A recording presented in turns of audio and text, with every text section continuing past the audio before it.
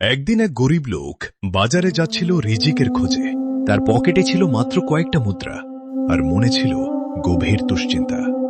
পথে হঠাৎ সে একটি ছোট পাখিকে দেখল। পাখিটি খুব শান্তভাবে ডালে বসেছিল।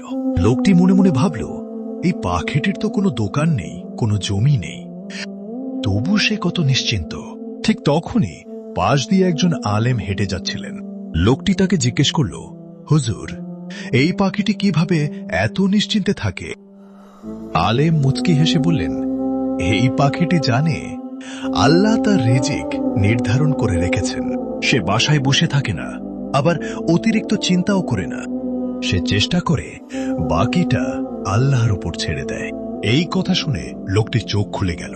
সে বুঝতে পারল, আল্লাহর উপর ভরসা মানে অলস বসে থাকা নয়, বরং চেষ্টা করে আল্লাহর সিদ্ধান্তে সন্তুষ্ট থাকা।